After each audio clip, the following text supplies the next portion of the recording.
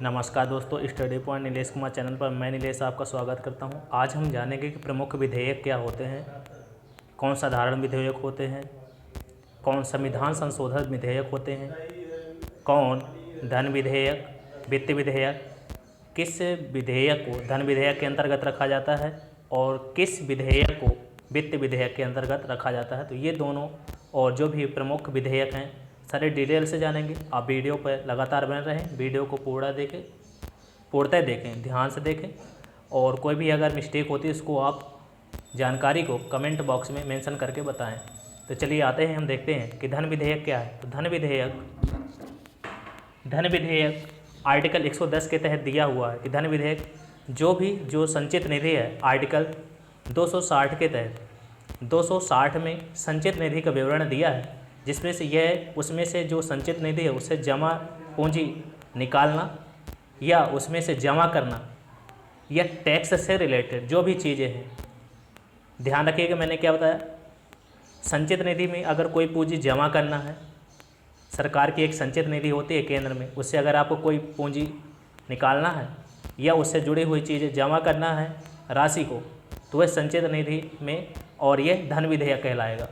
अगर आकस्मिक निधि जो होती है, आकस्मिक निधि आर्टिकल 267 के तहत इसमें से कुछ इमरजेंसी होती है, उससे अगर जुड़ी हुई कोई राशि निकालना है या भुगतान करना है या लोन लेना है किसी प्रकार से उस टाइम पे, तो वह धन विधेयक के अंतर्गत आएगा। और यही जीएसटी से जुड़ा हुआ मामला, जैसे टैक्स से रिलेटेड जितने भी कर से संबंधित विधेयक होते हैं वह धन विधेयक के अंतर्गत आते हैं।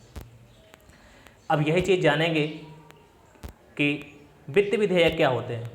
वित्त विधेयक ये सारे धन विधेयक जो हैं वित्त विधेयक होते हैं, लेकिन वित्त विधेयक सारे धन विधेयक नहीं होते हैं। आर्टिकल 117 के तहत दिया है कि वित्त विधेयक क्या है। आगे जानेंगे।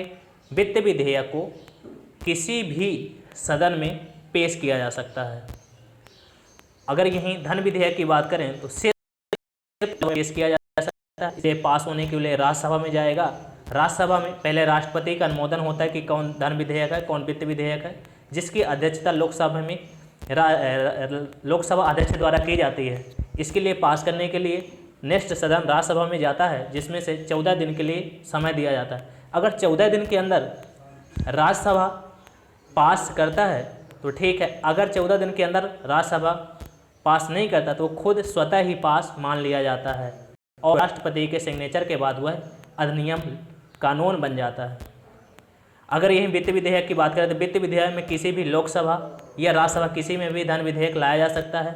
अगर दोनों में अगर गतिरोध उत्पन्न होता है, लोकसभा या राज्यसभा के बीच में मतभेद होता है किसी भी प्रकार से लेकर कोई भी विधेयक को लेकर, तो उसमें से राष्ट्रपति क्या कर सकता है, उसमें से संयुक्त बैठक बुला सकता है आर्टिकल 108 के तहत, जिसकी अध्यक्षता लोकसभा अध्यक्ष उसकी अध्यक्षता करते हैं। तो उसमें से हमने अभी जाना कि क्या है और धन विधेयक क्या है।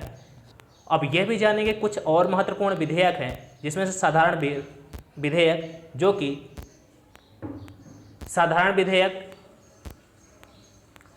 विधेयक में ना तो कोई धन विधेयक होता है, ना विधेयक होता है, ना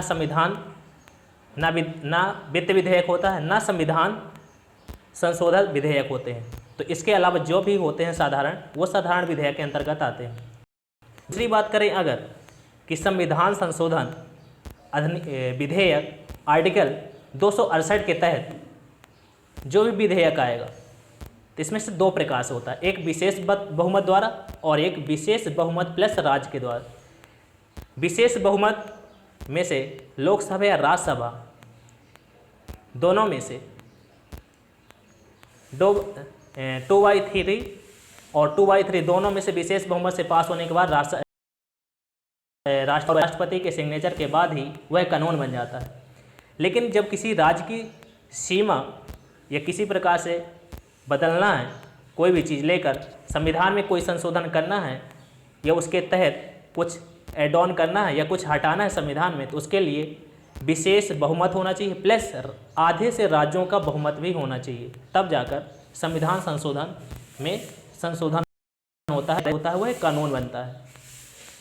आशा है कि यहाँ तक दी हुई जानकारी धन्यवाद।